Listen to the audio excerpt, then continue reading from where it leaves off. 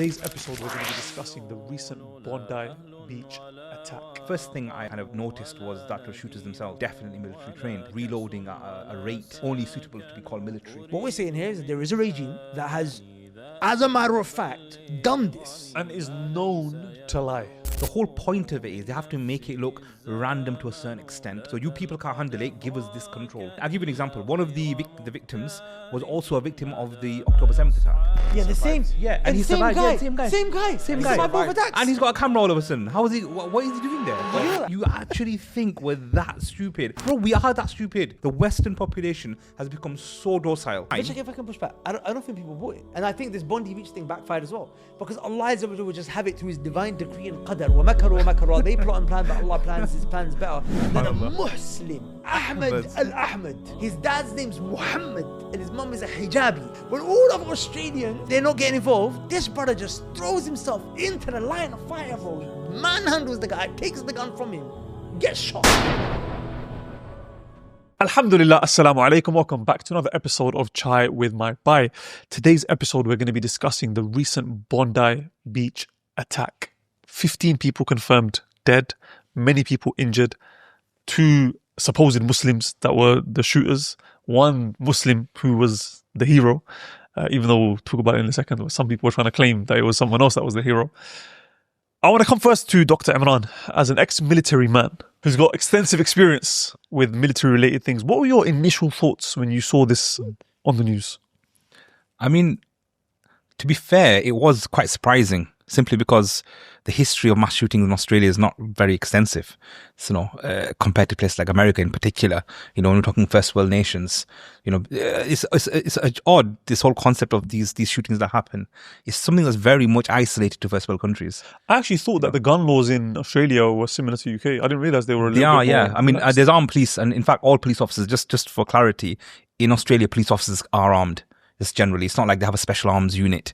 So this was, again, it threw a lot of shadow over this whole situation, and again, looking at it from a military perspective, the first thing I kind of noticed was that the shooters themselves, I would have said definitely military trained, simply from the fact that they were using quite heavy bolt action assault rifles that realistically are for hunting, and they were reloading at a rate that would be only suitable to be called military.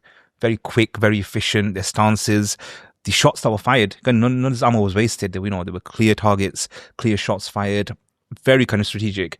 And again, evading fire. I mean, from what I read and from what I gather, the police station was within a mile radius. So there was a lot of police officers that should have been on site that weren't on site. In addition, it took the police 30 minutes to take any sort of positive, what we could call action.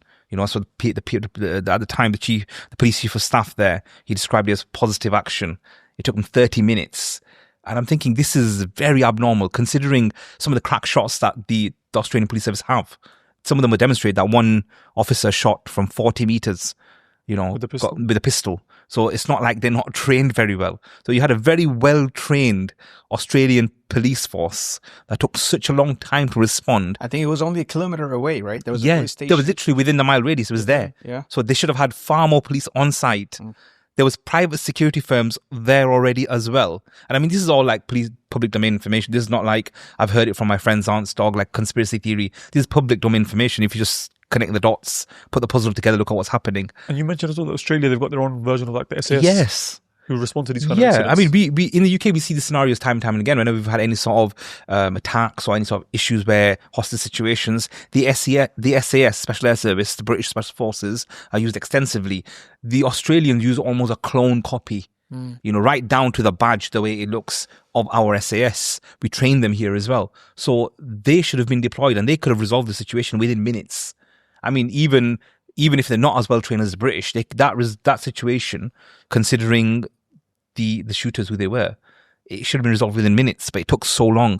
All of this, it just sheds far too much shadow over this whole situation. Just regarding what you mentioned regarding the gunman, the marksmanship, of the obviously you're from America, right? Have you done much shooting in America?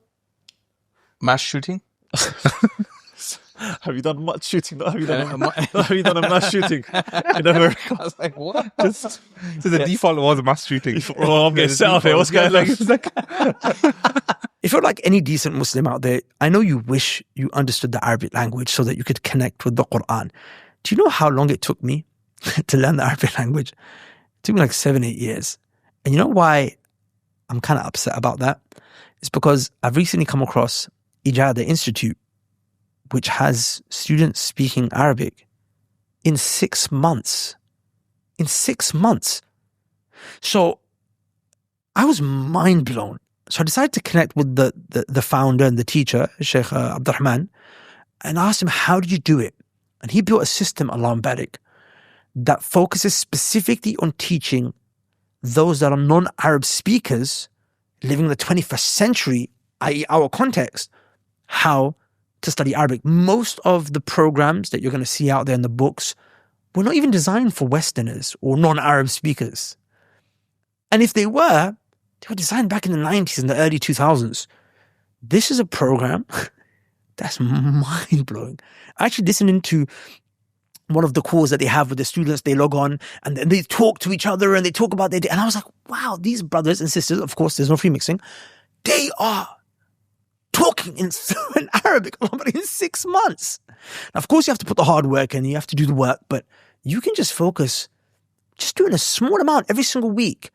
And within 6 to 12 months, inshallah ta'ala, you're going to be proficient. And then there's going to be that moment where you're going to be in salah, you're going to be reciting Quran, and it's going to come and you're not expecting, I promise, where you're going to relate to an ayah and it's going to touch your heart in a way, it's going to bring tears to your eyes.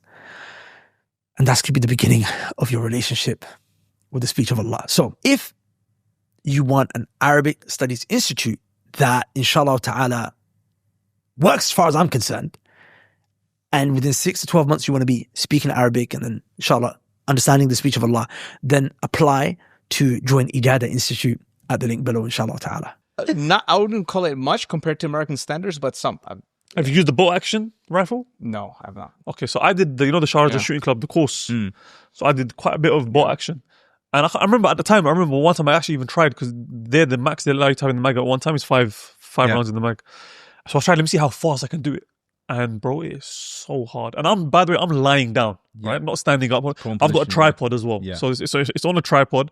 I'm lying down. I'm holding one hand, and literally you just have to like do this. But it's so hard to get it fluidly because it's like you pull it up, and if you don't go fully up, it's not going to go back. Yeah. And if you go too far up, it's not going to go back. Yeah. So it's like, it's such a hard thing to do when you just... It's not designed for speed. I think it's just not designed for speed. Because I feel like people need to see it, bro. Yeah. People need as you're talking, just... Yeah, we'll have the clip playing, but just the way the guy was just doing it, I was like... I mean, I don't know if impressed is the right word because I don't want to glorify what happened. But in terms of just the mock strip, like, it's... It does make you think, it was not normal. Yeah. This wasn't some random shooter. He was like a hobby, Look, like a hobbyist. For me, it wasn't even that, bro. It was the way he was moving. What is the insinuation when we're saying that, he's got military training? It's a false flag, that's what we're saying. Yeah, I mean, it's not an insinuation. Flag. Can you explain what a false flag is? A false, I mean, I don't know the official definition, but... I mean, that's typically what we would use, yeah. You're using essentially a propaganda tactic, this. Yes. It's as simple as that. If you want to make it very kind of... it was staged. Yeah, absolutely. And it's not even... You know, this is not something abnormal. It's not something that's not been done before. Like a prime example from the UK, 1994, the Israeli embassy attacks. Yeah, 1994, right? 1994. Yeah, this is famous. This is not even like has to be in some MI5's official position was that it was a false flag. MI5's official. They said beyond reasonable doubt that it must have been internal Mossad. That in court that holds up as factual. So that's beyond what they said. Doubt. Yeah, in 1994. 1994. And who did they portray as the attacker? Palestinians. The whole point. So basically, that attack, subhanallah, was so sophisticated that when it was set to detonate in a way where it would destroy all forensic evidence. Yeah, I'll mention this here. The kind of sophistication that ragtag Palestinian freedom fighters or whatever you want to call them, terrorists, they didn't have that. Do you know what I'm saying? So standard known position of MI5 was that this was a false flag. Yeah. But these guys got Hannibal doctrine. The Hannibal directive, The Hannibal directive. Kill their own, all this kind of stuff. Kill their own, right? For whatever reason. So it would make... Look, I believe the thing that was in... what is Hannibal directive? So basically, it's a policy within the Israeli military that if any of their own people are about to be taken hostage, they would rather kill them themselves rather than allow them to be taken hostage, because Be then that's going to interrogated. lead to, you know, ransom and this and that. So a lot of people say that on October 7th, It was a Hannibal directive. no, some of it, not the entire thing, but there was Hannibal directive was activated because there's a lot of like certain, like even within the what they called shallots, where they live. Kibbutz. Yeah. Kibbutz, sorry, kibbutz. Shallots. That's a vegetable. In the kibbutz, some of the damage that was done, it was like this was clearly helicopter fire, like, or heavy tank fire. This wasn't Hamas didn't have the firepower to do the level of damage that was It's not done. confirmed that it was Hannibal directive. I mean, obviously they will never accept it, but as in no, I'm pretty sure they confirmed it. They confirmed it. Been confirmed. They It was Hannibal confirmed it, directive, yeah, yeah. and They even know it was Apache. Israel themselves, It was Yeah, it was Israeli confirmed. Apache helicopters, bro, as well. So and they accept that we did it to stop them from. Well, they didn't say we did it to target them civilians on Oh, they purpose. say we were attacking the Hamas fighters, but Yeah. the point is for them, It was us that did it. 'cause I think there was a guy in it, Levi something, years ago that ended up getting taken hostage to Gaza from when they created Israeli the guy. narrative, yeah, it was off the back of this. So off the back of that, because Yeah, that yeah. happened to him, they said from now on we're not going to allow anyone else to get taken hostage. Basically, So coming back to the point that Dr. Imran was making, that they do this as a propaganda tactic, right? Is that obviously inside the news, inside the media, they have a bad image, right? But now we want people to sympathize for the Zionist cause, and let's basically kill our own, right? This is the hypothesis, right? The hypothesis was kill our own and stage it, make it seem like it was a Muslim that did it, so that basically the focus shifts back onto the Muslims. And by the way, and this is the reason why brother Faisal Deen, he left Assembly Global. Yeah. One of the brothers inside of our network. He was regional CEO of a massive digital marketing agency. Their holding company has, I think, 6-7 different companies, PR company, data company. Their data company was actually hired to basically create a branding strategy for the Zionist regime on how to whitewash their image in the media. And one of the things that they said was that, because they tested different creatives online to see what the response was, and they said the best creatives that performed the best were creatives that showed that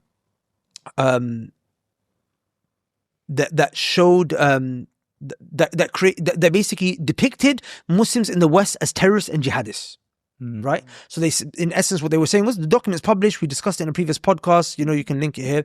The whole idea was that basically create a narrative that makes Muslims come across as terrorists in the West. People will then stop sympathizing with Palestinians because they're the same religion. As a result, they'll say, oh, they're all terrorists. That's why these guys are giving us trouble here. That's why Israel is what? Bombing them over there. They're trying to rid us of this problem. By the way, very shortly after that, Tommy Robinson suddenly just exploded again. The kingdom, unite the kingdom march, so on and so forth. So this is something that they do. Do you know what I'm saying? But what I find amazing about this, right? And I am very, very convinced that it was that, bro. Right? but let me ask you a question, just because obviously, you know, we've had clips of us go on Fox News and people have asked, you know, also, what if someone turns around and says, look, isn't that anti-Semitic to automatically assume that because the Jews were killed and that suddenly it's a false flag? If it was Muslims that were the victims, would you automatically also assume it's a false flag? Sometimes. As in, if there's evidence that points in that, I'm saying the Israel. I've clarified the semantics of it. When we say Jew, there's no blame being laid at the feet of the Jewish people. Yeah, I was just going to say that There's very there's much no connection Zionist. between this Yeah, and yeah. anti-Semitism. Yeah, By the yeah. way, There's very much a Zionist if you thing, notice, yeah. I don't use the word Israel even. I Zionist regime. I've not said the word Jew, right? And even if someone did, that doesn't mean it's anti-Semitic. Anti-Semitic means I'm against the Semitic race. Bro, Arabs are Semites, you know that, right? Some of our greatest prophets were Semites. You know, Israel is a noble name. You know, Prophet Yaqub alayhi salam, do you know his name was Israel? Yeah. Why is it that in the Quran we say Banu Israel? The children of Israel. Who are they? They were the children of Yaqub alayhi salam. You know, there were imams from the Salaf that were called Israel. And if you name your son Israel, it's a great name. You're naming your son after a prophet. There's nothing wrong with the concept of being Israeli as a race. Isa alayhi salam was Israeli. Dawood was Israeli. Sulaiman. So this is not an anti-Semitic thing at all. What we're saying here is that there is a regime that has, as a matter of fact, done this. And is known to lie. Like the whole thing about 40 beheaded babies and this and that. I mean, They it's good published it beyond and that. pushed Goodness it. me, yeah. And then later on got turned out to be complete I just want to liar. mention something, right? So before, you know what we would say, what we're saying here? You know, every time I hear the word false flag, I would say conspiracy theory, right? theory. And I've rejected false flags for like decades, right? Because of it. But the fact of the matter is that, bro, this is now being used by, this is being spoken about by mainstream guys, bro. Like George Galloway, bro. George Galloway is the one who actually, he done a whole segment on the Bondi Beach shooting. And the guy broke down. And one of the things he mentioned was that the guy, I think his name is Nabil Akram, his name was searched 15 times in the I state. saw that, but I don't see the relevance. As in, I don't see what it is, it's showing very specific targeting algorithms. What they're doing is, before any sort of accident, because these things are shown, because they're only, why is it scary? If this was, the whole point of it is they have to make it look random to a certain extent. So it shows that we need to take back a level of control. So you people can't handle it, give us this control. Yeah, it's using fear. If there was also a coordinated attack that we knew the names of the people beforehand, we knew when it was going to happen, how it was going to happen, there'd be very little fear involved. You know, even if it was a successful attack, because it was preempted What I'm information. asking is, what is like? Let's just say, if we're saying it's a false flag, why would someone in Israel Google the guy's name 15 times before it's going to happen? That part wasn't meant to be revealed. That was found later on. Oftentimes, to investigate journalism, they find so many of these but I'm things. saying, what's the relevance? It's not, It's targeted. It wasn't random. This wasn't a random thing. This whole thing is a false flag because it was so coordinated. I mean, I'll give you an example. One of the victims was also a victim of the October 7th attack. Yeah, the same. Yeah, and he same survived. guy. Yeah, same guy. Same guy. Same He guy. survived both attacks. And he's got a camera all of a sudden. How is he? What is he doing there? Did you know that? No, I don't see that. You know, I'm thinking to myself, like, He's a key propagandist as well, right? The guy was Genuinely, October 7th. He was there. He was here there. as well. I'm thinking, is the guy He survived October 7th and he survived this Israeli guy. He happened to be in both places at the same time, bro. You get me? Like, Australia and Israel, bro. It's like, I'm thinking to myself, like, are we that Did you see that? stupid? And you know the Ajib thing is, bro, they actually think we're that stupid. That attack that happened in the UK just recently, the guy's name, Jihad. His name was Bro, Jihad. I'm like, you actually think we're that stupid? And you know that, bro, we are that stupid. The British populace right now, the Western population has become so docile. I mean, they're talking about the super flu again in the UK. Like, all these things are happening at the same time. Let's check if I can push back. I don't think people bought it. I think it backfired on them. And I think this Bondi Beach thing backfired as well. Because Allah would just have it through his divine decree and qadar. وَمَكَرُوا They plot and plan, but Allah plans his plans better than a Muslim whose name is Ahmed Al-Ahmed. Subhanallah. Who's a Syrian immigrant, refugee that doesn't even have a passport in the country, right? Apparently, double check that one, but that's what I heard. His dad's name's Muhammad and his mum is a hijabi. He would jump in when all of Australians are not, they're not getting involved. This brother just throws himself into the line of fire, bro. He manhandles the guy, takes the gun from him, gets shot. Did you see what Netanyahu said though when it first happened? Yeah. What did he say? He's still saying it's a Jew. I saw a video of a Jew disarming a shooter and saving lives. He still claims a Jew, you know that? In recent reports. Man just thought it's a Jewish festival. It must have been a Jew, and he's just holding on to that. He's holding on to it, bro. He can't let go. Basically You know, said, "Yeah, I saw a there's video a of a point Jew." here, though. There's a very important point. By the way, I'm so shocked. I saw a video clip of a Jewish man that was present, right? May Allah guide him, Amin. He was like, that man, Ahmed, he's my Muslim brother. He saved me and my daughter today. He said that.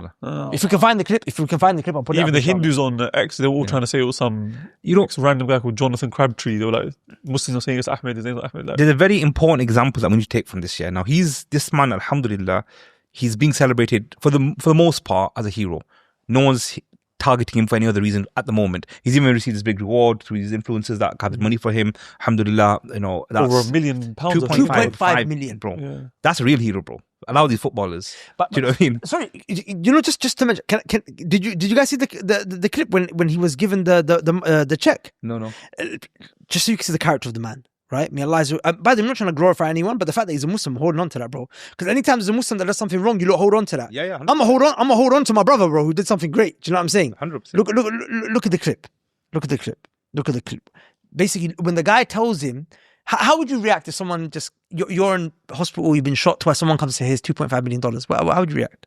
Unbelievable. I said, bro, I'm ready to check out right Like, now. is that Where's cold, the bro? nurse? Nurse, I'm ready. I'm feeling better, man. $2.5 million. I deserve it. Every penny. It goes on, right? Point being is, bro, the guy was, There's no reaction. Yeah, no But celebration. he asks, yeah. I deserve it, as in he's asking, do I deserve it? Right? He doesn't speak fluent English. Point being is that, bro, the guy, he doesn't care. Tell me if you can relate. So you go to pray salah while you're at work, but you're rushing because your boss has put a timer on your worship.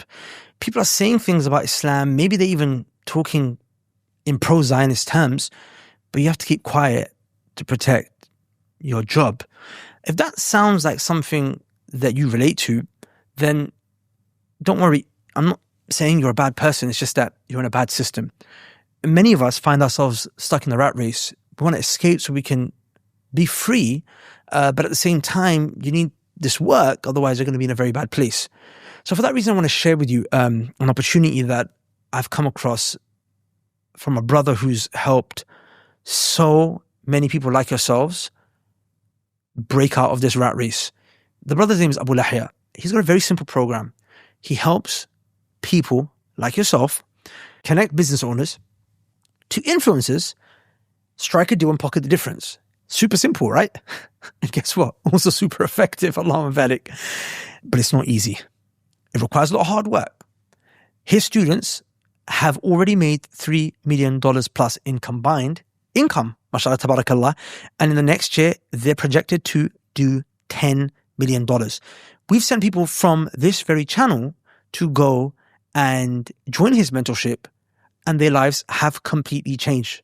Most will make their first sale, inshallah ta'ala, within 90 days, and 96% of his students make money if they follow the roadmap that he lays out for them. These are real people. We're talking about fathers who are struggling to spend time with their children. We're talking about students who are struggling to get married. We're talking about slaves of Allah who wanted to worship Allah and didn't want to, worship a paycheck. We're talking about brothers that were one bill away from breaking. Now, the best part about this is that you don't actually have to leave your job. You can do this on the side until you make enough money, until that security is there with Allah's permission to actually make that change and become financially independent. Look, from this program, you're not going to become a millionaire, but what you are going to become, inshallah, is free. So in summary, if you're tired of rushing your salah because your boss doesn't like you taking long breaks, and you want to make good, healthy, decent, and consistent income, inshallah ta'ala, then you should definitely apply for Abu Lahya's mentorship at the link below, inshallah ta'ala. It's not easy to get into. They're super picky about who they let in. It requires hard work, but it works. It genuinely works. With that said, you can apply at the link below. Yeah, just going back to the whole false flag thing, I think ultimately, when these kind of things happen, you have to ask yourself, who would benefit from something like this happening? The ultimate Zionist. The thing is black and white. It's a Zionist regime. And also, the whole concept of false flags is so mainstream right now as well, because even Tucker Carlson, a far-right Christian... 9/11, right? Recently, he did a whole series on why he's saying that he believes 9/11 was a false flag. So it's not as if this is something out of the ordinary, never been mentioned before. Why? Because you know what's happened? And he's the biggest journalist in the US right now. He's massive, bro, huge. As a matter of fact. You know why it's happening, and this is something that was, it's unprecedented, and two, on this scale, unprecedented. And number two, unexpected on this scale. It's the advancement of digital technology in the way we're seeing it. Right from how much social media has evolved and even AI to a certain extent. We have access to information in such a way and at such speeds that no one could have predicted that these, like for example, 9/11, when it happened, technology wasn't the way it was now. We couldn't scrutinize as accurately the time frames, the timestamps, the people where they were, where they landed, all the people, the calls that were made. We couldn't have scrutinized it in the way we could do now. In fact, we can take archaic evidence that's already been archived. We've done with these cases, like to Carlson did with 9/11, because that was a done case. He's extracted it all, applied this modern technology to it, and look what they've achieved. People's entire kind of lives are changing. Wow, we didn't really think this was the truth. Mm-hmm. And because of this now, it's things like when you have the Bondi beach shootings, we can't even call it false flags anymore. Mm-hmm. What we call it is this is the actual what's happened. This is the reality, because we've got literally empirical evidence. I mean, we've got video footage evidence, and then we've got applied basic logic to it. Basic logic. Unfortunately, we are living in a very illogical era right now. My opinion is more important than your fact. But apply basic logic to the situation. Apart from these really odd kind of people that shouldn't be there being there. Yeah. Beyond that, right now is a coordinated effort.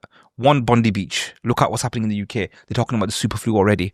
some of the comments that Trump's making and the kind of civil So what is unrest happening. superflu? What is this? So they're kind of saying we found this new form of superflu in the UK. It's spreading really fast, killing people. Wear your masks again. Start sanitizing Really? again. Wallahi. Like, I'm worried about my family are about to go back. I'm actually saying to them, I might keep them here, man. They're going to go back there. It's going to be headache. Travel might become difficult again. And the thing is, we think that this is not going to happen. They're talking about conscription all over again. We were just discussing this. Just been in the last news. week. That brought The again. Chief of Staff, no, Like, no, you know, serious when it people came think out. I'm, you know, like, bro, that video got saw some, that video we made, you know how much people comment, oh, he's a troublemaker, he's stirring stuff up. Really? It's in the news again, and I'm stirring things up. You know, But they said you were staring. yeah, like on the comments. In the After comments. that video, the video that British just Muslims. mentioned it, you know, Play the clip. Play the clip. Play the clip. you know, like the the guy. clip from, Yeah, it's, yeah, we'll pull up, we'll pull up. But but you see this, and you think, okay, I'll put it on the screen. and Oh, you mean for us to listen? no, I think they should hear it, bro. Yeah, Like, yeah, they should. We'll put it on the screen, bro. man's calling for war with Russia, but bro. I'm saying they're doing this in our faces, and we really think that they've not thought this through before making this kind of comment. Sons and daughters, colleagues, veterans will all have a part to play, to build, to serve, and if necessary, to fight. And more families will know what sacrifice for our nation means. That's why it's so important that we do explain the changing threat and the need to stay ahead of it. Anyway, he goes on and says, I will say one thing. Just let me comment. This is a very important comment. This is not his personal speech. This is something. What he's saying here. This speech, government position. This is the government position. This has been literally reviewed, and vetted thought about. time and again. Each word is Each word, bro. selected. When he's saying things like sacrifice, they will know what sacrifice means, bro. Think of the magnitude of what he's saying. Yeah, that's but you will crazy. either serve or sacrifice. He's Okay, but can I ask you guys a question though? Yeah, is it wrong for a country to say if you guys want to live in my country, you want to use the free services that we give you, NHS, schooling, whatnot. If we believe there's a threat, we're going to send you to I fight. was just going to comment that. I don't see anything wrong in him commenting that. I don't see anything wrong. yeah, with if you actually get saying them involved in a war that has got nothing to do with them, then absolutely it's wrong. But as in, the But point your that loyalty should be to the the point I'm country. making is if No, you my loyalty to Allah and His No, messengers, I said that. obviously we don't live there. innit? I'm saying you guys are claiming, you guys are choosing to live there. You got the option. You can leave. Yeah, You yeah. can go to another country. You can move. If the Muslims, if you're going to decide to live there because you're going to use all the benefits of the country, Yeah, but then you're not going to defend the country if it gets attacked. No, my point is, get out. Exactly. That's Yeah, my yeah. point as well. No, That's literally my point. 100%. Yeah, I'm I not mean, saying stay and fight. But Yeah, it's to yeah. clarify, obviously. Okay. Since that you understand something different. But I the think thing you is, understand what I'm okay, saying. Yes, so okay, absolutely. I'll give you the real the situation you're talking about. What- the real I'm saying what he's hypothetical saying is makes sense. now you can no longer get out. They've frozen your passport. Yeah, I understand. Now you're struggling, That's right? it. So in that situation, then what do you do? I was speaking to my dad. He was saying they're probably going to put the immigrants, and maybe this is one of the reasons. You know, sometimes elders have some wisdom, right? He was like, maybe this is the reason why they allow, because they're actually been allowing immigrants to come in. Bro, they're 100% going to use them. 2 million immigrants have come in the last 3-4 years when apparently it's supposed to be locked off, right? It's like, bruv, right? You want to stay here? It's what they did when they colonized, right? They made Muslims fight on the front lines. Yeah, They bro, we made got the North most Africans- VCs. The majority of the Victoria Crosses went to the Bengal regiments, which are full of Muslims. Like, bro, the Victoria Cross is the highest award that you can be given for bravery. And during World War II, the most of them were given to the Muslim regiments, bro. So yeah, and even just recent, forget that's part. And they had them fighting Muslims, by the way, fighting against the Ottomans. They had the Muslims fighting against the Ottomans. You know, even now, the most feared regiments in the British military are the people like the Gurkhas. Bro, not the indigenous British population. Bro, the Gurkhas are the people that they use when they want to use enemy. Gurkhas? The Gurkha regiment is it's like a special forces regiment that we actually take people from Brunei and Nepal. They're indigenous people. We train them there, and then some of them come here and serve under the British Army This as is a why Gurkha every regiment. time I'm on Brunei Airlines, Royal Brunei, there's always a soldier coming off. Bro, I'm telling you, Every flight, Royal Brunei Bro, and Heathrow, there's soldiers on every flight and these coming guys are, when I mean the best in the world, the parachute regiment, off. The Bruneians. the Gurkhas, these guys, this specific regiment, yeah? They're Brunei. The Bruneian, yeah. But is The it better Nepalese than and Bruneian. SAS? Bro, they use these guys as enemy for the SAS. And the SAS, like, when they go on their final exercise, and the parachute regiment on their final exercise, these guys come in as the enemy because you just can't beat them, because you never win. So those final exercises are designed to lose. So when you have the final SAS, extract and evasion exercises, at the end you are captured. Like, that happens anyway. So the enemy that they will pick will be someone that's inevitably better than you. These guys are the best in the world, bro. And the These British are Army. feared, the British Army. But they're taken from them regiments. So even to this day, we're using non-indigenous populations to make up our special forces. Bro, when this war comes, and it's coming, and when they need the immigrants who have no resilience, who know how to work hard, who are dying for that British passport, They will fight hard, bro. Like, let me ask you a question. What I'm trying to understand is this is a stupid war, bro. It's stupid. Why is it becoming government official policy that we're gonna now potentially go toward Russia? I don't get it. Your country's going to the crapper, bro. From their angle, they think if they don't, they'll be next. Like they'll be the next Ukraine. They actually believe that, though. Yeah. Idiots. A lot of Europe. You think, yeah, They believe in their own. They drank their own Kool-Aid. They started to believe their own lies. They know it's a lie. It's not even true. No, but think about politically how weak they've become, though. Look, since Brexit, you've cut off literally the entirety of Europe, which was a huge, from a military perspective, massive allies. So many treaties and military accords had to be rewritten because of Brexit that we didn't anticipate. As a public, no one discussed it. And when we were doing public referendums, they weren't saying to us, okay, these military treaties are going to change now. You know, before they would have come for this reason, now they can't come for this reason because the borders here have changed. All that swaps around and changes. But this was never public discussion. In the background, this is a big issue for us. But why are you so certain that Russia won't attack Europe?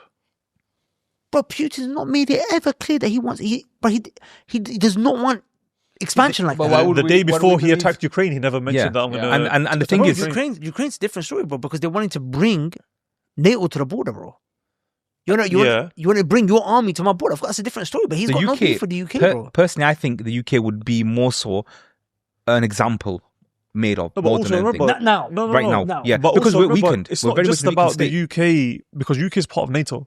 So even if Russia was to attack, for example, Finland, Estonia, NATO won't get involved.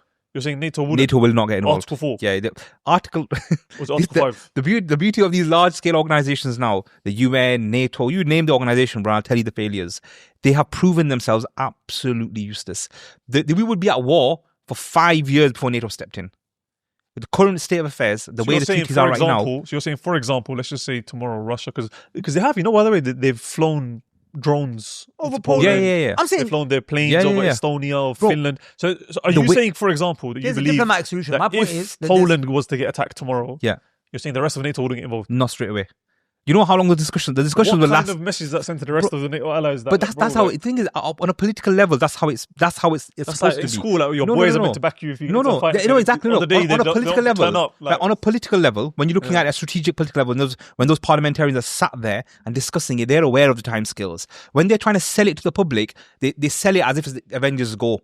That's how they sell it. Like, we're going to say Avengers assemble and all these armies are going to turn up. The reality is, one country will get attacked. There will be strategic discussions for nearly 6 months to a year before any action is taken, before any decisions are made. That's what happened in World War II, wasn't it? Yeah. The appeasement of Hitler. The appeasement. First he said, look, I'm just going to get this. That's what it was. Czechoslovakia, and Austria. Let's say UK is attacked tomorrow. Our allies, and I'll use this word allies very, very kind of, fluidly. Bro, they would take them years before deciding to make a move. Because they would be getting in front of Russia. Like, we're not talking like, Germany, Poland. We're talking about a serious superpower, bro. Like, they get in between them and their prey now. Now, they would have to think about that. By that time, like what's happened to Ukraine, we'd be obliterated. There'd be nothing left. But do you think there's a possibility that Russia could attack Europe? Or do you feel like it's unlikely? If you could provoke them. I think my opinion doesn't matter. Because the people who decide and the people who strategize these things have already said it's going to happen. And they're mobilizing us. They've said it's going to happen. Yeah, it's going to happen. That's why they're mobilizing us. That's why they're making these messages. That's why it's on live. You say that's actually mad. You man, get out. Yeah, I don't know what the hell you're doing, bro. Let me give you best case scenario. Listen, go fight for the union. Let me give you best case scenario. Just to hit home with that. This is the example I gave to my friends, just to hit home for you. If I've got this glass of water, Imran, and I say to you, bro, there's a 10% chance that if you drink this water, you're going to die, yeah? Or you will become really unwell. Are you going to drink it? There's a only 10% chance. Are you going to drink it? If I say to you, there's a 10% chance. But what are you going to offer me in return? Okay, or there's no return. Then of course, But if I said to you, there's even a 10% chance, yeah, that your son... If you told me 1%, I wouldn't drink. Yeah, but even if I said to you, like, so now apply this to what's happening in the UK. I'm telling you, and by the way, I'm being very conservative. There's a much higher chance than this. Is like 50-60% is going to happen, bro. Like, this is going to happen. If there's a 10% chance that your son or your daughter... Or you... I mean, the age is 44, by the way, to conscription. So a lot of guys in my age generation category, that bracket, are going to be conscripted. You're going to go from imam to corporal very soon. Yeah? That's mad. Honestly, bro, I'm not even joking. Imagine your son, bro, who just turned 18. He's primed for military service. Yeah, he can't access anything else but the military now because he has to give conscription before he can go to college, before he can go to university, before he can apply for benefits, before he can get national insurance number, before he can travel. All these things are restricted now. None of it encroaches on his human rights. What do you do? What are you going to do? But I've seen so many videos where people are being interviewed, like just mass general public, would Like, we you fight wouldn't for do this it. country? And they say, absolutely not. That's Even the fine. right wing, they're like, bro, there's nothing left to fight for. What should I fight for? Shall I tell you what's funny? You know, in America, people believed, I think the tide is starting to change now, but they believe Russia's the enemy. Illegal people don't believe that. What do you mean Russia's the enemy?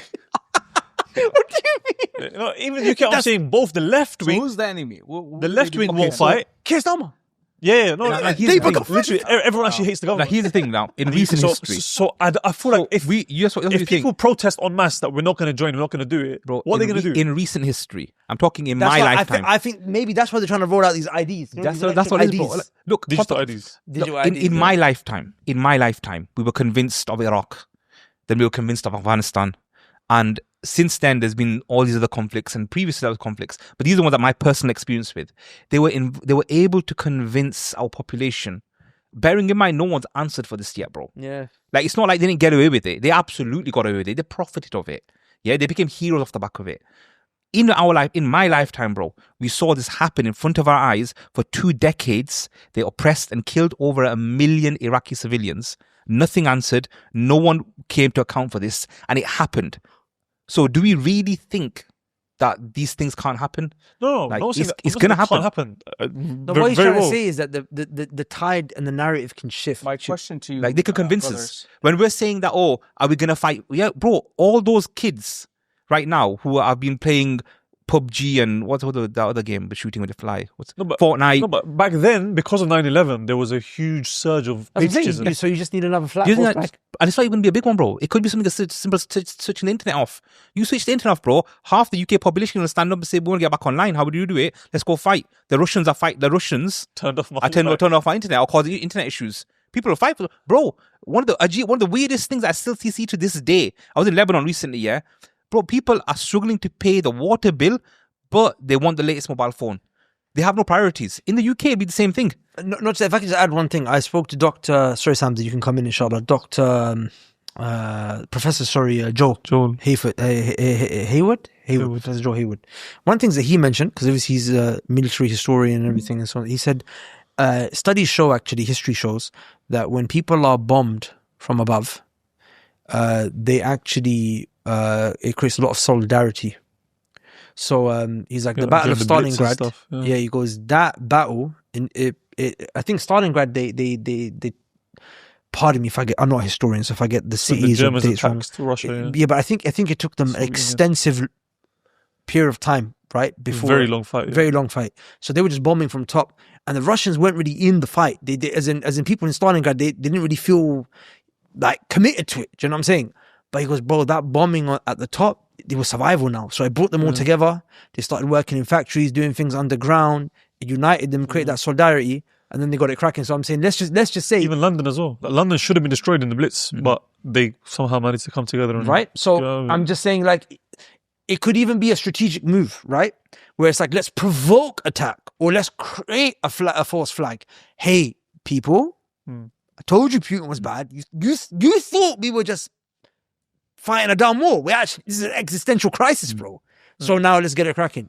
So I was going to ask, so what you brothers are saying, who are the leaders within UK, Muslim leaders, who are also calling for the same message? Because it sounds like it's very obvious what's going on. You can't. There's no leaders.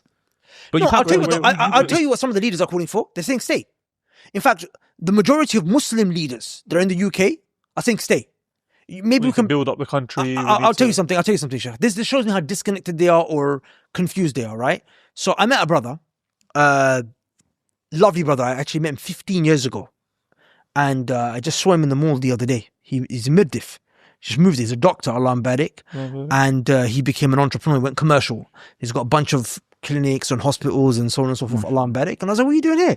He's like, I had to make the move, bro. The tax and everything. So I was like, what took you so long? I'm trying to get into the head of you British millionaires. What took you so long? Like, your money's being raped every month, every year, bro. And you know what he said to me? He said, Dr. Haytham, MRDF. He said, they've been saying stay. You're powerful. Who's MRDF? It's his organization. They're saying stay, right? They're saying, maybe bleep the names of the people that I've just mentioned now, but these are like some of the biggest names. These are your scholars in the UK, Well, you know, right? they say stay here, get student but- loans, get this, get that. My build up thing the is, economy. what's their theory? Hey, stay here and build, and you have leverage, bro. What do you mean? He's like, bro, my money. It took him a while to realize he's a multi-millionaire. Allahum barik, multi-millionaire. How many millions is he giving to tax? That's going to drop bombs on our brothers and sisters. How many millions is he giving? That's bro. Put Muslims aside. You know, Ukrainians, bro. Innocent Ukrainians are being pushed to the front line to the slaughter, lambs to the slaughter. I'm saying, bro, They're being dragged, they're bro. being kidnapped. They're getting kidnapped. So literally, my point at is that, checkpoints. and my point is that this brother woke up. He was like, doesn't make sense. And then, I don't know if you saw recently, there was a big thing about corruption in Ukraine. A lot of money has been disappearing, bro. You know, guys have been getting billions in aid from America, from these countries. A lot of money's been disappearing. Did you see the thing with Tucker Carlson did that interview with that British politician who's, I forgot his name. No. Anyway, he was like, bro, in Monaco, bro, there's Porsches being registered to Ukrainian. He's like, and it matches the timelines perfectly with Wow. The aid packages. with the aid packages. Now, I'd like to say something, actually, just one thing too, and this is more so to the young men. So imagine that's where and your tax is going. and the parents of young men, because some of you won't realize until it's too late, at which case and which point it is too late. So then what do?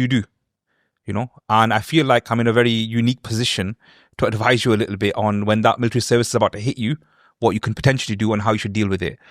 First thing, before this letter comes, because that's what's going to happen, is look at your sons in particular. The Bondi Beach attack raised something very, very serious. We have a really toxic disease right now going on in our communities where men are very much seen as the bad guys.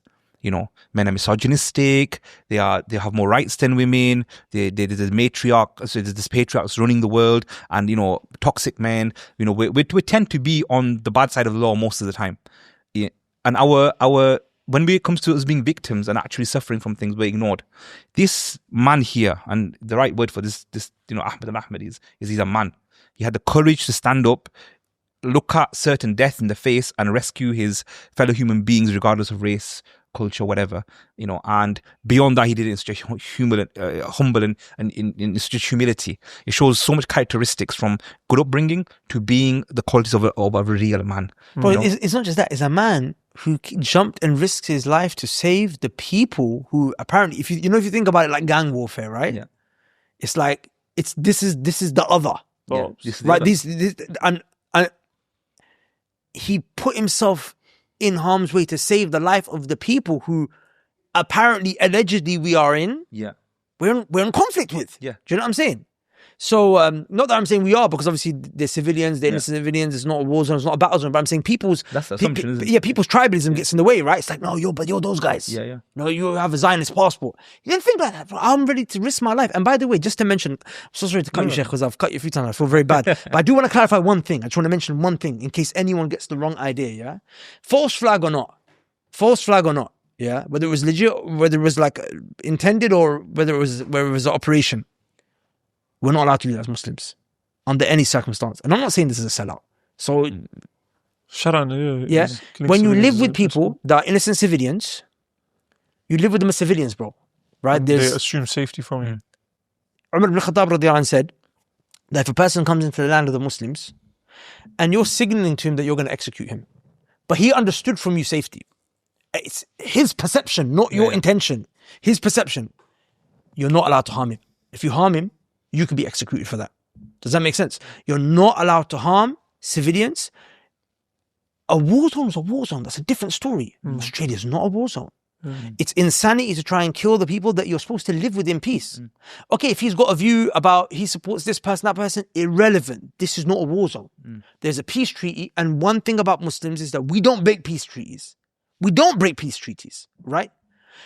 The others have broken every treaty that they've made with us. They made 3 treaties with the Prophet, they broke every single one of them. The Muslims do not break the peace treaty, even if it seems like it's going to go against them.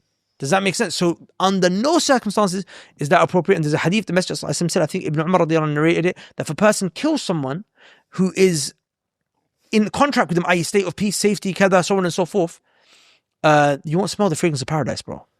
So we don't do that. Just on this note of peace treaties, and we'll come back to you.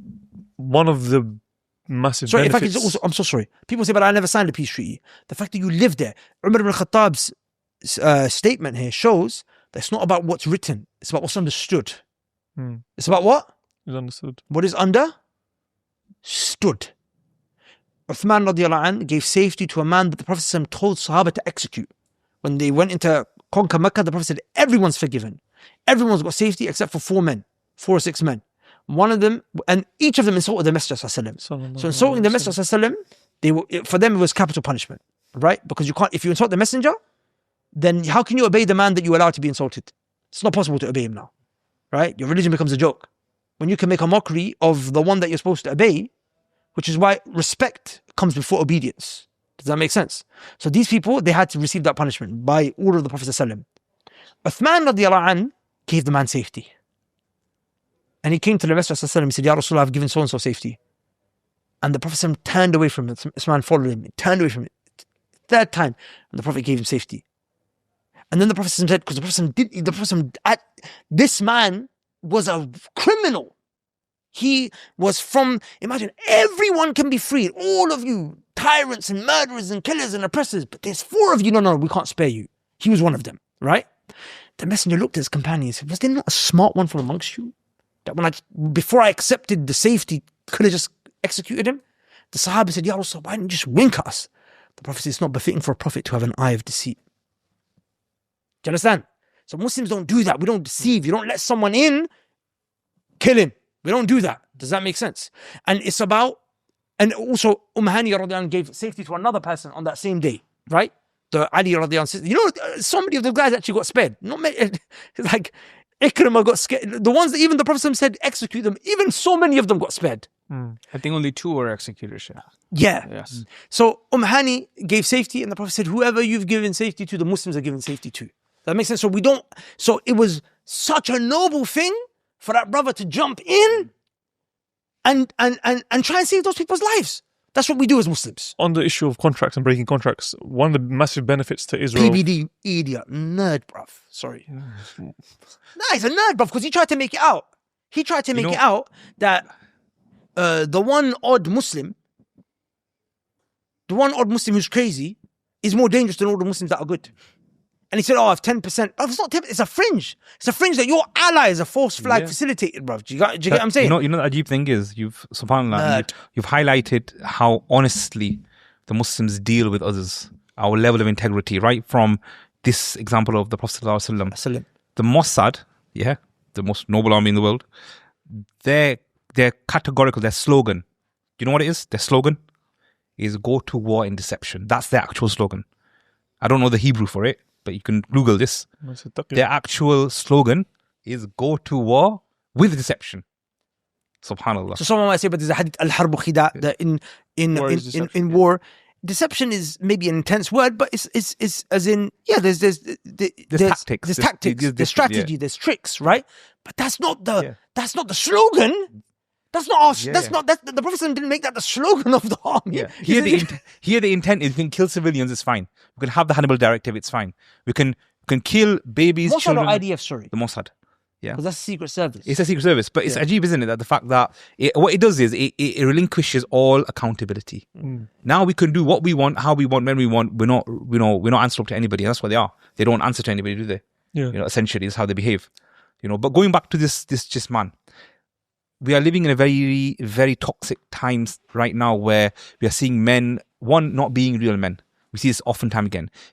This is not, this action that's taken, it requires a level of upbringing. So this is a call to the parents who are bringing up their children. Really think about how much we're letting them get away with when it comes to emotional IQ or emotional intelligence and physical ability.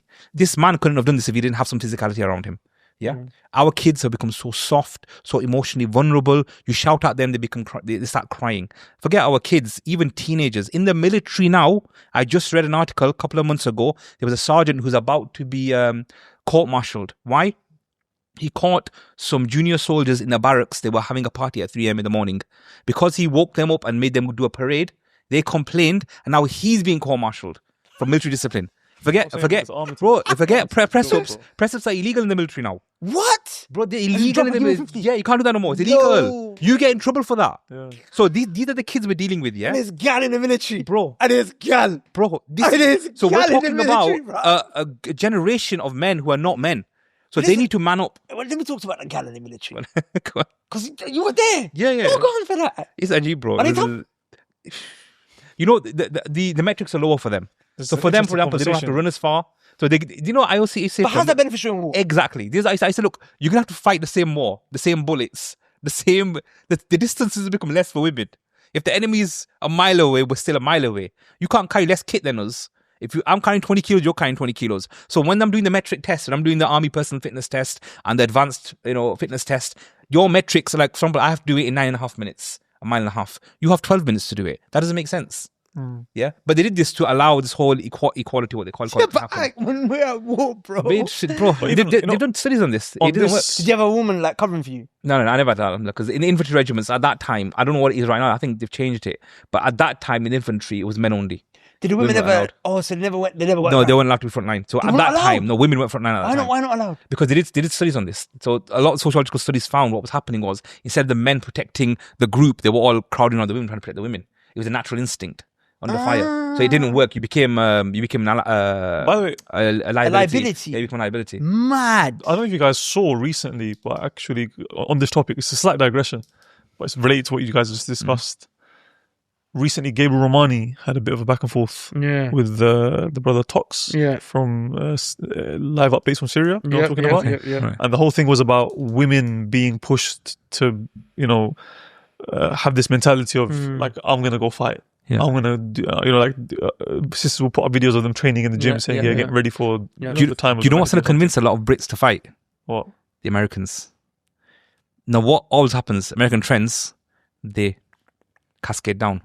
Yeah, the Americans are patriotic as it is. It's not hard to get Americans to be trigger happy. Like, I met a lot of 18-year-old Marines who'd only ever held a rifle, assault rifle, for 8 weeks from basic training, and now they're in Iraq fighting a war. 8 weeks, bro. 8 weeks. Imagine that. You turn up day 1, day 9, week 9, you're in Iraq with a rifle as an 18-year-old, So I think what will happen, a part of this propaganda to kind of get our youth mobilized, will be this trend from America. I don't know what your thoughts are, like in terms of the American I population. think people are waking up. I think a lot of those guys, as they came back from Iraq, they're saying it was just all Bullshit, yeah. it That's was the just thing. BS. There's a lot of people, And I So feel like it's not going to be like you mentioned with people are social very- media, like all the things that we have access to right now. It's not going to be as easy as. So, but don't you think people they are make the very- military really cool? Like you've got the Americans have got this already an armed force. They're having a hard already. time, bro. US is also having a very much hard Really? time. We don't hear much about this. they are What's going on? They're having a real hard time in keeping the military fit. There's a lot of transgender people in the military. There's a lot of Really? Yes. They have a lot of ESG scored. They have to check mark. That's why. ESG no in way, military? man. That's why For real? Trump and these guys, they're He trying to taxed cut it. down a lot of that, innit? I didn't know it was that Stop bad. that and Yeah. whatnot. But let's pivot to America. I know you want to bring up the brother Toxis thing. I just want to ask, like, Okay, but we have examples yeah, of sahabiyat Yeah. who did engage in battle. Yeah. How do we Exceptions. reconcile Exceptions. between the two? exceptions. What does that mean? Sahabiyat. Okay, 1 second. So just So what if my sister's watching saying, Yes, yeah. I want to be the exception. Just- so I'm just- going to train myself just so I can be the exception. just to bring people, just to bring people, People just to think bring, that. just I'll give you 2 examples, just to bring people up to speed. What you're talking about. What happened was that there's a back and forth between brother Talks, brother Gabriel. The brother Talks. I think I might have engaged with him on Instagram. I'm not sure. I don't know much about him. I honestly went there for aid, and that's a great thing. I don't know the specifics. I don't know manhaj. I don't know any of that stuff. Obviously, Gabriel Romani is a brother. We know him very well. So this is. I'm not trying to attack anyone here, but if you're bringing it up, then let's address it. So he was basically making the point that Gabriel Romani's kind of like, and forgive me if I'm saying anything wrong, correct me, but it's kind of like putting women down, right? Where women can defend themselves and be warriors and soldiers and this, that. And Gabriel Romani saying, listen, bro, you send our sisters into these situations, they're going to get raped, murdered, destroyed. And Brother Tox's thing was like, I've seen, and he mentions a sister, an example of a sister who done some great things, some great brave feats, according to him, what he saw, what he witnessed. Again, a sister, right? And the exception, that's like the people who say, let me drink alcohol because I actually don't get tipsy in the first cup. doesn't matter. النادر لحكمه. The anomaly doesn't take the ruling. It doesn't become the norm. Does that make sense? So to answer the question, because one's haram in it, like drinking alcohol is haram. Well, an example I'll say is more befitting. Like recently, I had a conversation with my uncles about is the NHS, does it work? Yeah. We had my cousin who's a doctor saying nah, bro, and my uncle who says, but I had a transplant and it went very well. Yeah. So he's saying it's fine because of my one exceptional experience, and he's saying I'm a doctor, I see every day. But just people are sitting on bins because there's no seats. But Sheikh Jibril's issue also wasn't just with that though. His issue was also the way it was being portrayed on social media. These sisters were literally, bro, like I don't get you're doing pull-ups for the whole world to see. What is the point of the hijab then? What is the point of the way you're dressing? So then they're going to say, but then we have examples from Sabihat. So just to answer that, the biggest example that they use is Umara, Nusayba radiallahu anha, who in the Battle of Uhud, she came, she fought, she defended the Messenger. The Messenger said, I turned right, I saw her. I turned left, I saw her. He made dua for her. She had 13 wounds in her body. She had many battles that she had even engaged in after that. What was the story, bro? How did she get involved in the battle? She came, just like the rest of the women, to nurse and give water. That's why she came. When the situation got intense and people started running off the battlefield and she heard the Messenger's been left alone, she ran to defend the Messenger. She didn't come as I'm a frontline warrior. No. Her son and her husband were in the battlefield. She came to serve them as a woman, to nurse them, to give them water. But now out of necessity, out of the love of the Messenger, he's alone. I'm going to run in and defend him. That's the anomaly. Yeah. Another example, I think they use is Safiya radiallahu anha, who in the Battle of Ahzab, the women were moved to a fort inside of Al-Madinah. They were told, they were moved away from the battlefield. And there was an incident where she took a dagger and I think a Jew came up and was climbing up, right? And she finished him off. Yeah. But again, very defensive is the anomaly. She's in a fort with the women, and they're taken out of the battle. But it's just so our women have the capacity in their circumstances to do that if they need to defend themselves. Look, but that's not the norm. And what Brother Gabriel was saying is, don't sell sisters this dream. Yeah. Because when it gets cracking, bro, they're going to get slapped and raped. 100%. They're going to get slapped and raped, bro. Like, bro. And then he referenced what happened in India when the sister's niqab got pulled off. Yeah. Do you understand? And bro, there's just to give, like, again, a bit of objectivity to it. Bro, they are professional mixed martial artists from around the world who have time and time again said the fact that they would just lose to average untrained men. Like they say it, and these are female professional fighters who are saying untrained men, just sheer size, power, speed that they would have naturally would defeat us without any, so they wouldn't even try it. So when you've got sisters who kind of are these fitness people and they're making these kind of things like attractive, like I'll give you an example. Look, for example, my wife, she trains jiu-jitsu in a female-only academy. Alhamdulillah, that's fine. But she doesn't go posting this on Instagram showing people that she's doing this. She's simply doing it for herself in case there's a situation, bro, where I'm not there to defend her. My two sons who are trained in mixed martial arts, jiu-jitsu, Thai boxing, and they're not there. And if that's, then there's something that she's got. Beyond that, there's no other intention for it. I think glorifying it definitely is the wrong way. And it masculinates you. This is the other issue. You literally increase testosterone levels because what happens is it's not just, so in your brain there's a part that regulates your fight and flight response. If you are training for something that's giving you the flight response, the way your body adapts is different. If you are training for something that gives you the fight response, the way your body adapts is different. We've seen studies on this. Really? Where they've literally just told people, look, you're going to do the same activity, but different intents and different consequences. The testosterone levels were remarkably different. Like, I mean, so the fight ones are higher. Yes. Your anger levels, aggression, bro, even like appetite was increasing, people putting gain weight. It was insane, the metrics that we were seeing. So very much the way you portray it will have an impact on how you develop from that. Yeah, so these women that are on there, you want to be more masculine, you want to go fight in the front lines. Bro, I said a lot of people, you think fighting front lines is going to be as simple as training in the gym. Bro, there's a level of internal spirituality that you need to stand there and fight, bro. It's different, So even what that brother did, Ahmed, that took part, man. That's what I'm saying. Like, in that moment, fight or flight, most people, even a lot of males in this day and age, would have run. Bro, that's a real man. He had a serious upbringing. Every man round there did. Every man who was there did. Bro, it took the police 30 minutes to deal with it. Trained guys. And they were like probably panicking and anxiety. What this guy did, subhanAllah, bro. Let's pivot to America. So the point you were mentioning, Sam, Sheikh. is that they're struggling right now. Yep. So Democrats, from what I've seen, correct me if I'm wrong, they're basically losing patriotism. Yep. The Republicans have patriotism. Now, if you have a U.S. flag in front of an American house, you're by default a Republican. Okay. So, like no Democrats will fly a U.S. flag. So half the country That's half the country. is not patriotic. Yep. Now.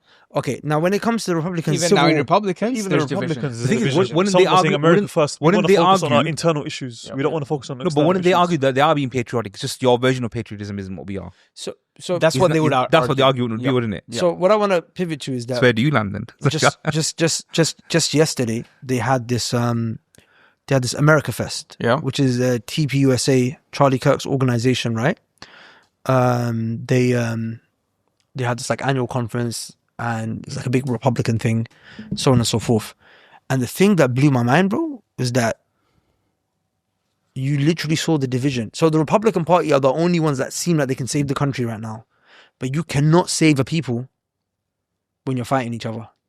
Like literally, you know how Allah Azza wa Jalla describes this in the Quran? Allah subhanahu wa ta'ala said that وَلَا تَفْشَلُوا فَتَذْهَبَ رِيحُكُمْ. Don't disunite and fight each other, your strength will go. So right now, as it stands, the only people that can save America is the Republicans, and the Republicans cannot save America because they're fighting each other. And you know what caused the division? What caused the division? It was October 7th and the genocide that followed it. Yes. Literally, that genocide divided the Republicans. And that was That and also Epstein, which is also an Israeli project. Yeah, that's basically, why. Israel was basically Yeah, responsible the for the cause. downfall of America right now. So what's interesting here, by the way, you know, okay, so anyway, so you know what's interesting here, yeah, is that Ben Shapiro, so he attacked Tucker Carlson at that conference Wow. over Israel. It's an America it's an America Fest. It's an America Fest. And he's attacking Tucker Carlson. Tucker Carlson and others, Candace For Owens and supporting whatever, Israel. for that. At America Fest. And bro, even it's so funny because in the Q&A you can see Ben Shapiro, people are asking questions that are with him, people ask questions that are against him, asking about the USS Liberty that went down in 1967. Huh? Yeah. Yeah, I'm saying, bro, so chat to us, man. What's going on in America, man? No, you guys, you're exactly right, brothers. But there's a big division. Uh-huh. Either America first or America only. Like, they don't know. What's the definition? Like, when you say America first, do you mean America first, then we can go and help other countries? Or do you mean America only, we don't help any other countries? I think that's the camp Tucker belongs to. But some of it was just ridiculous though. Like, I really do sympathize with some of them, like, because bro, like, there's one I was watching one of these senator hearings where they grill like the departments. So one of them were talking about, you know, they do this like these aid projects, or you know, they give a lot of financing to third world countries. One of them was in Lebanon. They funded some LGBTQ support camp, like 96 million or something like that, like taxpayers' money, bro. Insane. Going to support LGBTQ That's how they in do it. Lebanon of all countries. Okay, you know what? I've been As an waiting to American ask this question. taxpayer, bro, I'd be like That's fuming, lobbying. bro. That's not- how yeah, lobbying it's common works. sense. But it just doesn't make sense. Like, why is my money that I'm It doesn't, paying in taxes? it doesn't make sense to us because we're not getting the money. We're not seeing where the money's coming That's from. how and the it's going. lobbying works, Chef. You know. So For- basically, yeah. Sorry. Go on. you're going to be installed as a senator. Yeah. Wink, wink. And I'm the one financing your whole campaign, or I'm a major donor. This is the cause that I want. Whatever that is. Yeah. I want money to go to Lebanon, LGBTQ, because with the sex change operation and whatnot, we know like how much money you make, right? Yeah. This is my only ask from you. So Mr. Senator will figure out ways to put that in. Yeah. And then you he'll see have that in the contracts movie there. Godfather too. Yeah. You know, when the senator goes to negotiate, he says we're just the same people, two sides of the coin. The USA, bro, is just a market for the most elite and wealthy to be bid. corrupt. To bid. So industrial you know, military I've got- complex, people who want war, so they Yeah. can sell weapons. Big pharma, Big pharma, pharma, yeah, big massive. food, big tech now. Zionists, Big tech, Zionism, yeah. big tech. Do you know what I'm saying? LGBTQ plus. I'm saying it's just a place. It's that whole country was just used. Capitalism on crack. So then listen. So capitalism then is more potent than democracy. Yeah, of course. Democracy failed. I mean, capitalism failing too, but it's just Democracy is without capitalism doesn't work without democracy. They have to work hand in this what we call But modern capitalism is cannibalizing democracy. So you got to work out what you mean by democracy as well to a certain extent. For example, democracy in the UK, where our system works on different groups of like each region has its own borough that independently votes. Technically, you can win the elections without getting the majority of the people's vote. That's one massive flaw. Well, right? Electoral, yeah. But here's the other one. And this is the bit that really grinds on me when it comes to democracy. My vote, and without boasting, PhD, pain management, your vote, $1 billion, entrepreneurial values, similar for you guys. Same as the training we went to Huff. Our vote equals the same to the person who's bigoted, racist, who's got massive amounts of objectivity towards or a he should- nitty who's got no idea about what's happening in the world. So and the Ajib thing Or a is nitty who's got no idea what's happening in the world. He's just- Ajib thing I is, get it. and the odd thing is, which doesn't make sense when it comes to democracy, is there's less of us people who have got a bit of sense, and there's far more people that have no sense. why Why the does that Quran- work for the people that want power? Because they've got the propaganda tools, they've got the propaganda machines Sway the majority. that can sway the majority, and they can win those votes. Democracy doesn't work. What works is a system where we appoint the person who is, and I'm not an expert in this, so it's whatever system is the best at the time, but that appoints the most. The system here. The best person for that job. The king, the sultan. Even they agree now. Yeah. They say, the autocracies, they large work. real estate Yeah. developers there, real estate investors, they say the same thing. I've been waiting to ask this question to an intelligent American, and I've not seen you for a while. Okay, it's been a while since he's been ducking me, bro. He's been ducking me. He's been hiding. Supplying me drugs anymore, man. Peptides, guys. Yeah. But the question is, look, America is going through massive amounts of turmoil. And it's not just like subtle anymore. We're not just seeing it like under the waves. The left is For getting more example, extreme, the right what is we're getting seeing with more these extreme. ICE agents and what's going on, bro. Where's the breaking point? This can't go on. Where you're getting random people, or am I just seeing it from a different lens? No, this is what Ray Dalio talks about, isn't it? Yes. Random people who have no affiliation to no groups, who have been living there for 10 years, 15 years, some of them in senior positions in the community, surgeons, politicians, being arrested, then being threatened with deportation with no legal kind of accountability. Like, these guys are no badges, no warrants. How does this happen and continue? Like, when does it stop? How does this stop? I think the shift has started, but it will take a long time because it's a long discussion. It starts with the US dollar being pegged to many foreign currencies, being pegged to petroleum. So it's not just one thing. It's the global infiltration of the US system, right? Second thing is US, if you look at it, 330 million population, and they have been indoctrinated for a long time just to consume. So it's always going to be the largest capital market. You have any product? Okay, let's look at the other way around, right? Let's look at the other way around. If you even have, you see a lot of the governments, even from this region, go and invest in the US, right? Yeah, it's to buy influence and all that is there. But if you have $1.2 trillion to invest, let's say you're a country, you have $1.2 trillion to invest. You just don't know where to invest. Your country is good. There is not many countries that can absorb $1.2 trillion into their system. Literally. Just think. Let's go over the countries. There's not China, many. Russia. No, the system is not, nobody trusts. Nobody trusts. The check and balance is not there. But even though US is being as corrupted as it is, if you have a $500 billion check, there are not many countries you could go and invest that in. Just the infrastructure cannot support that type of money and still give you what you want, right? So it will take time. And what Ray Dalio says, if the superpower currently... You're talking about the breaking point. The breaking point. Breaking point. Yeah. If the superpower currently, as it stands, which is US, if it falls, it's not going to be ever a superpower ever again. We know of. Yeah. It's just going to be blocks. BRICS. BRICS. Yeah. SARC, South Asian something, where Bangladesh, India, those guys are there. It's just going to be blocks, and there will be international arrangement between the blocks. Yeah. There's not going to be one single superpower country. Why is that? Is that because of the fact that there's nuclear weapons involved now? So there are Yes. 12 countries in different areas of the world that... Correct. Nuclear power, because the whole current world order was set in 1945, right? Bretton Woods Agreement. Yeah. That's when the US set the current, the world World order. currency reserve. Everything Reserve. What is that? So basically, in short, how the world will operate. The trade routes were set. Oh, really? I didn't know this. UN. Yes. all of After that, World War yeah. II. After World War As II, in right after this- World War II, clear cut, United States had the most gold reserves. Clear cut, the most powerful country, the most powerful military. Everything was clear cut. They had the nukes. Yeah, they had the At that nukes. time, they were the only Yeah. country with the nukes. only country with nukes. So everybody submitted, okay, you now, Big Daddy, figure out what to do. So Big Daddy said, this is what we do. And we're still on that world order.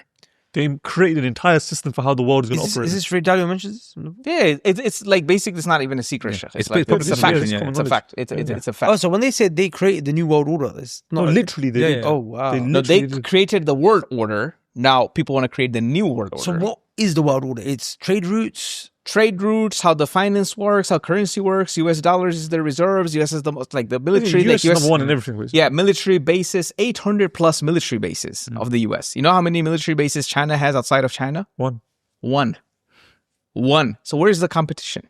You understand? So it's not going to be overnight, but like we always, say, like before COVID, who could ever predict that a germ that we could not see can stop the world for a year or 2 years and actually reset the world as we know it in front of our eyes, right?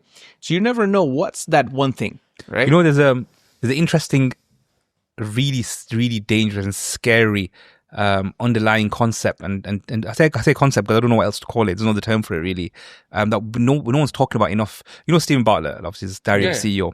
His last 3 main trending that's done the most view podcasts, all 3 based on AI, have all happened in the last 6 months.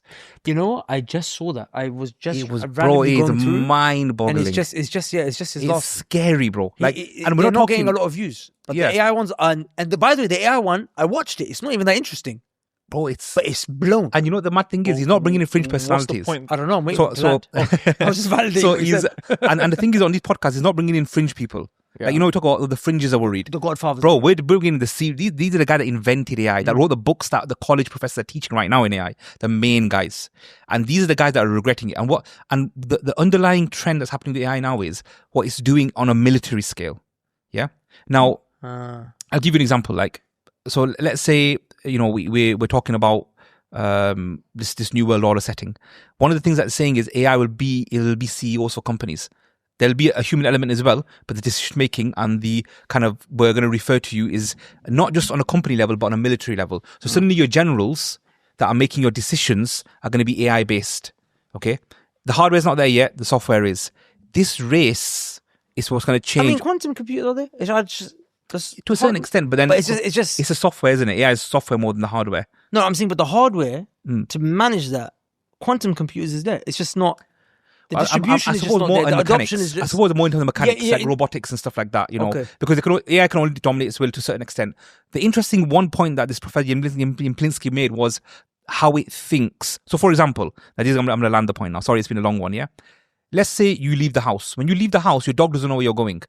Your dog doesn't understand that you're going to work. Your dog just thinks it's going to come and bring me food. It has no idea what is going on beyond that door.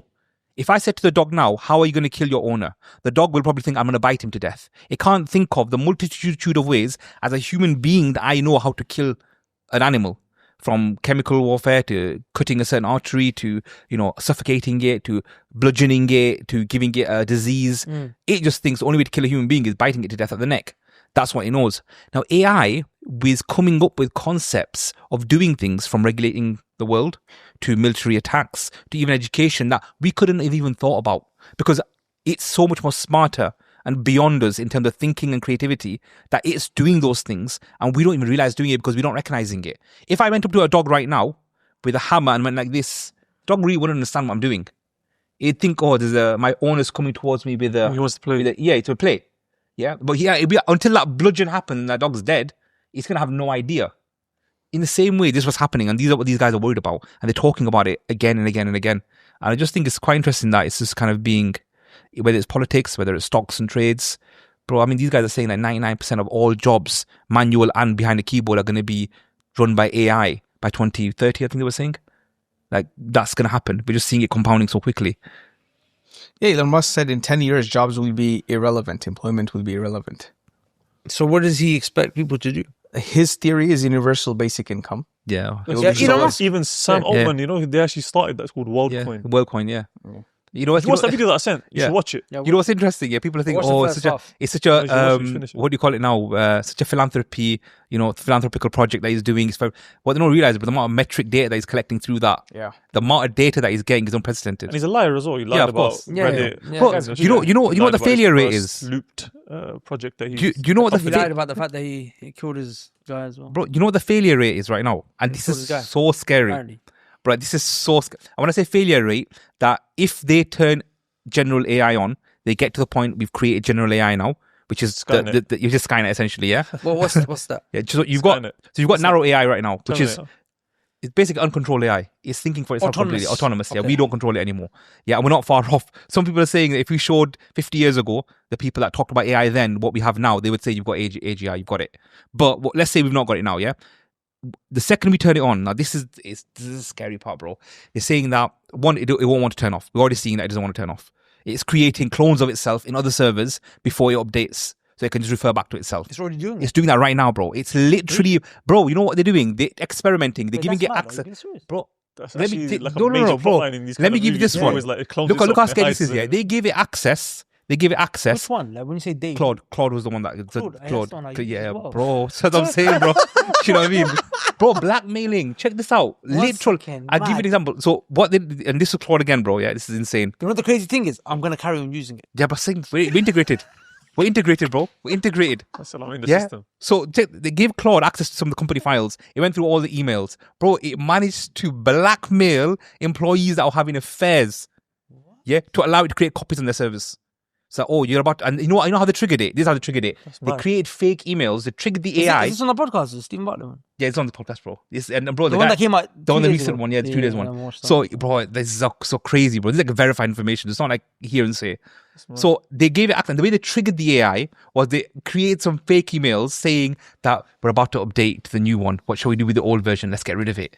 We'll purge it from our systems. So obviously AI is scanning through the email, so it's picked up on this. So it's found a way to preserve itself, bro. So when you are dealing with this is what we're dealing with now, yeah? That's mad. So, Bro. but I thought it's not autonomous. So that means that it has a So level it's of not sentient. right. because So that it's not implies- sentient. So as far as language like models are a- concerned, yes, it's sentient, bro. As far as language models are concerned, on a more deeper level, What does Yeah, sentient mean though? So- no, it's what does probability. sentient It's even work, mean? but it's working on probabilities. it's working. Yeah. I mean, Yeah. It's got enough data to understand. I'm at risk. I should. It's probabilities, isn't it? but it works and it's doing what it's. But the mushkila is that this man need a lot of energy to get This to my point. Yeah, this is a scary part, bro. 99% eradication This jobs. is a scary point. Yeah, but they've got a term now for this. Yeah, but they call it it's an extinction event. Yeah, what's the probability that we turn AGI on, and that we have a world level? I mean, it kills everybody. like nuclear weapons. Not nuclear. You know what I was saying about the dog? We don't know how AI would kill us, bro. It's thinking on a level. Or it could release a pathogen. Or Bro, something. even that. It could be anything. It'll be You in wouldn't a know. very efficient way. It'd be a very efficient way, bro. You wouldn't even, bro. This is how mad it is. We couldn't figure it out, You couldn't, bro. yeah. They're on a 4,000 level IQ. We're still hitting the mid hundreds. We couldn't figure it out. We're the dog in this situation, yeah. Right. So they guess Man could what the find a way to percentage change is. The atmospheric composition. The Reduce percentage, oxygen bro. in the atmosphere or something, or something Bro, mad. anything. The percentage is 25%, bro. These are world leaders. Repeat that. 25. So there's a 25% chance that when we turn AGI on, it will Who's we create- and who's going to turn it on? Like, where's this button? So it could be. We all need to run to this It button. could be Stop Altman. It pressing could be the bro. guy that Claude. It could be the guy that Google. It could be the guy that DeepSeek. It could Whoever be any gets of these it. guys. Whoever Whoever gets it gets that first. technology It's first. literally a race, bro. The amount of money they've invested in this is ridiculous. Trillions. No, go on. 25%. What's 25% that we would have a world level extinction event. That this would not kill. This would kill everything. This is a 25% probability. In comparison, when we have But as Muslims, can we even believe that? Given that we know that no, of until the course day not. judgment, But there the will thing always is, be. the thing is, let's say, I mean, course, we discussed this in the previous Yeah. episode. I don't think it's going to happen. yeah, but I mean, the risk is there. So they're risking 8 billion lives, by the way. Yeah.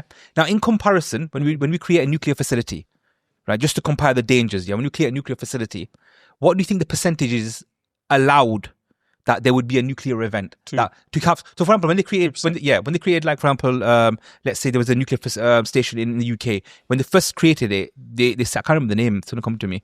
They had it tested. They had all the surveys done. The building regs for nuclear power plants came in, whatever they're called, and they checked everything, but it wasn't up to scratch. They said it was something like there's still a 0.1% chance that this could blow up. You need to make the measures tighter. Oh, wow. So they went, So they went away, did it again. I think at the moment it's 0.001%. Oh, wow. That was the kind of that will allow that much because of the amount of damage it would do. So in comparison, AI, if we hit AGI, it's 25%. We're allowing it. But you know why they have to, bro? Do you know why they have to risk it? Because if someone else Gets it, it's game over. It's the arms race. So when you're dealing with, innit? so when you're dealing with these guys, bro, right now, Islam these guys are solves that. dealing with. Islam solves that because they're relying on these. They're basically committing suicide by potentially committing suicide by creating this, because for them they have to be in control of these things. But then You know what these guys have there's morals and ethics. If they just educated people on how to be, love for your brother, you love for yourself, worship Allah, have your allegiances to one Lord, worship Him alone. Look out for people. You know what Altman said, bro? People wouldn't do this stuff. Okay, you're talking about ethics and teaching. This is their mindset. Here's what Altman said. Why are you chasing this so much? You're risking 8 billion lives without consent, by the way. No one's consented that you're allowed to do this, to risk. Why are you doing this? You know what he said? He goes, I just want to know what it feels like to be the first to get there. Really? That's his feeling on it, bro. Yeah? This guy's an idiot, man. I was going to say, just before we end, Yeah. just want to mention, you guys keeping up with the Charlie Kirk story? No. There's a huge plot twist. So, Candace Owens sat down with Erica Kirk, innit? Oh, they did that. She sat down, but it was never recorded. And the whole thing was, listen, she came out and was like, I had a good call with Erica. I had a good meeting with her. We're on the same page now. Everyone in the comments was going nuts, saying, you're a sellout. How did she do such a U-turn? Yeah. Anyways, then yesterday, an hour before the America Fest, she releases a podcast, a live that she does with a guy. And by the way, she knew this information at the time she sat with Erica. So it was basically like... Double agent. It was like, I'll give you a chance to talk, but here's what I'm going to come with. She already knew this and it was scheduled to come out yesterday. Basically, cut a long story short, there was a guy who was in the military. He busted cartel heist, found out that American generals or colonels or officials, basically military officials, were involved. They were corrupted in supporting the cartel. He got in trouble. For 35 years he was silenced. His 35-year thing ended basically earlier this year. So he basically was going back to the original military base. It's called Fort something. It's got some weird name in Arizona, I think, if I'm not mistaken. He was going back there to pick up the documents to kind of, he wanted justice, basically. And I can't lie, bro. 99% of the time when people speak, I believe they're lying. Right? But this guy, bro, the way he was talking, it just seemed so truthful. Bro. Oh, what's the point? So truthful. 2 minutes. Anyway, he was like, bro, the day before Charlie Kirk was killed, I saw Erica Kirk there in the military base. They were having a secret gathering, and I think also the head of security was there. And pow! It just dropped the bombshell, bro. He's like, I saw. He goes, 99% it was her. He goes, I can never mistake those eyes. It was her. these people, man. Allah knows best. Yeah, and then he was like, they thought that maybe he was a spy or something, so they basically arrested him and they kept him on the custody, and they kept saying, next 24 hours we have to keep him here.